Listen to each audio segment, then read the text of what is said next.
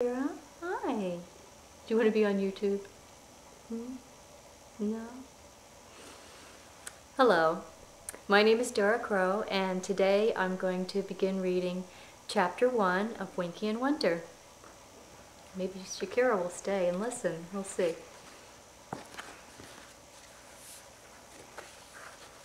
You ready, Shakira? Yeah? Hey, Winky, this is fun. Watch me land in that puddle over there. Wonder jumped onto a raindrop dripping off of a leaf and rode upon it as it fell into a puddle.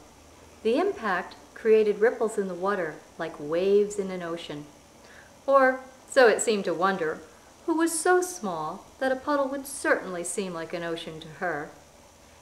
Winky and Wonder had been leaping from raindrop to raindrop during a rainstorm as they traveled to the small town of Windermere. The storm ended and the sun was now shining brightly. The Whisper Children had reached their destination, but were still able to enjoy the droplets of rain, remnants of the storm. Winky slid down inside of a raindrop as it fell from a lamppost to where Wonder was floating in the puddle. "I hear voices over behind those bushes," he said, gesturing to the left. "Let's check it out." Winky and Wonder skipped along from puddle to puddle until they reached the bushes. Then they slid underneath. Peeking out from under the bushes, they saw two girls. The Whisper Children listened as one of the girls spoke. "There she is," said Carly in a hushed voice, nervously pointing at the elderly woman crossing the street. "They say she's a witch, Jody. She's always mean and grumpy and never smiles. Her name is Mrs. Thorson." Jody watched Mrs. Thorson as she headed toward the small grocery store. The old woman with sunken eyes walked with difficulty, and her gnarled hand shook as she reached for the door. But just before she placed her hand on the knob, the door opened and Mrs. Thorson lost her balance.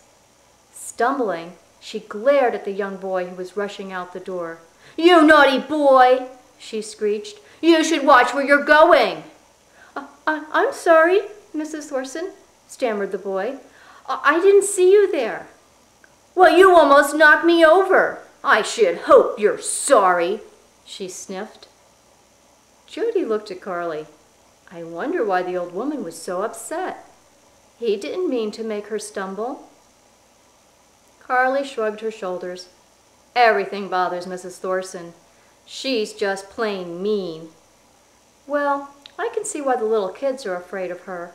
She even makes me nervous. But my mother doesn't think she's so bad. My mom is always trying to convince me to bring cookies over to her house. She says the old woman is lonely." "Ha!" snorted Carly. "Of course she's lonely. She's such a grump. Who would want to hang out with her?" Jody wondered what it would feel like to be Mrs. Thorson, and began to feel a little sad. She didn't realize it, but her heart was trying to speak to her. "Jody, why are you looking like that?" "Huh? Like what?" "Like you almost feel sorry for that nasty old lady." "Well, I don't know. I guess I was just wondering what it would be like to be old." "Just forget about her. Let's go home." I have to pick up something from the store for my mom. I'll give you a call later tonight." "Okay." Carly flounced off, her ponytail swinging. "Talk to you later." Jody crossed the street and entered the small store. She quickly purchased the fresh-baked loaf of bread her mother requested, and then left immediately as she wanted to avoid running into Mrs. Thorson.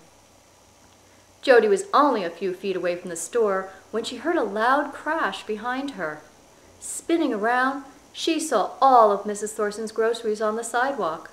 Instinctively, Jody followed her heart, which told her to help Mrs. Thorson.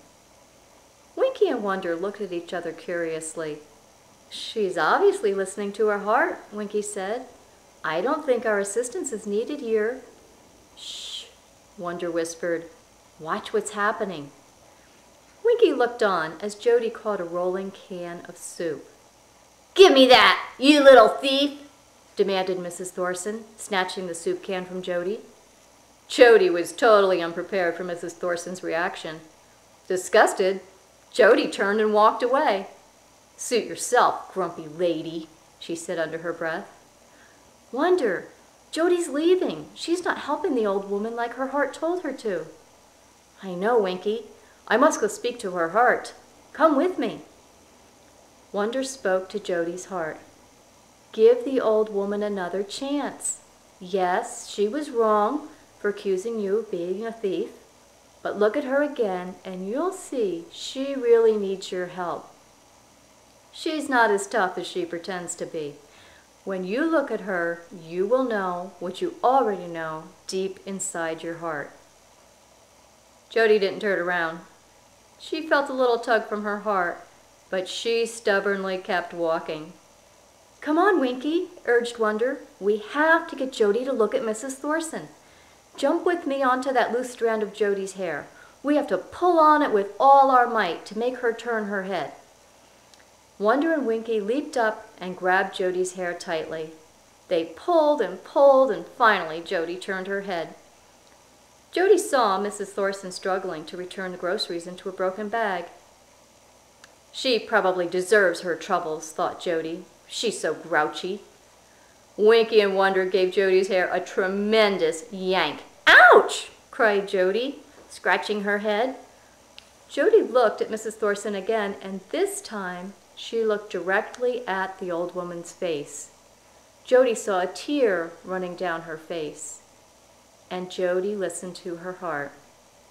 And I just want to stop for a minute and just ask children to think about this. The old woman is acting pretty grouchy, and Jody's not feeling like helping her.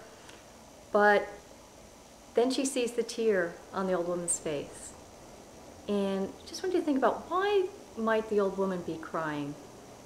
You know, she sounds grouchy and mean, but then here she is crying. So just want you to think about why that may be. Running back to Mrs. Thorson, Jody said, "Hey, Mrs. Thorson, let me help you. I'm not a thief. I'm Claire Justin's daughter. My name is Jody." Mrs. Thorson looked up, wiping away a tear. "Thank you, Jody. I'm sorry I snapped at you. I guess I'm not used to young people being helpful these days." Jody wondered what she meant by that, but kept silent while she picked up Mrs. Thorson's groceries. "Would you mind helping me carry the groceries home?" Mrs. Thorson asked. "Well, okay, I can do that," replied Jody hesitantly. "But I'll need to borrow your phone when I get there so I can let my mother know where I am." "Of course you may use my phone, and thank you again for being so helpful, Jody." Mrs. Thorson's home was only a couple of blocks from the store, but it took a while to get there, for Mrs. Thorson walked very slowly. Wonder and Winky followed, traveling along on the smell of the fresh baked bread Jody had purchased. Winky laid back on the scent, his hands resting behind his head and one leg crossed over the other. "That was a close one, Wonder. Jody almost didn't listen." "Yes, and I'm still concerned. I think we should stick with Jody for a while." "I'm with you, Wonder." Winky took a deep breath, enjoying the smell of the bread as it swept them along. Mrs. Thorson and Jody were in Mrs. Thorson's living room. They had put away Mrs. Thorson's groceries, and Jody was anxious to leave. She had spoken to her mother on the phone, and her mother had encouraged her to stay and visit with Mrs. Thorson. But Jody was still feeling miffed about the way Mrs. Thorson had spoken to her earlier. Okay, I'm going to stop here because I'm going to need to put the rest of chapter 1 on another clip. Oh, and the phone rang just on time because I think I only can put 10 minutes on a YouTube video. So I'll be back.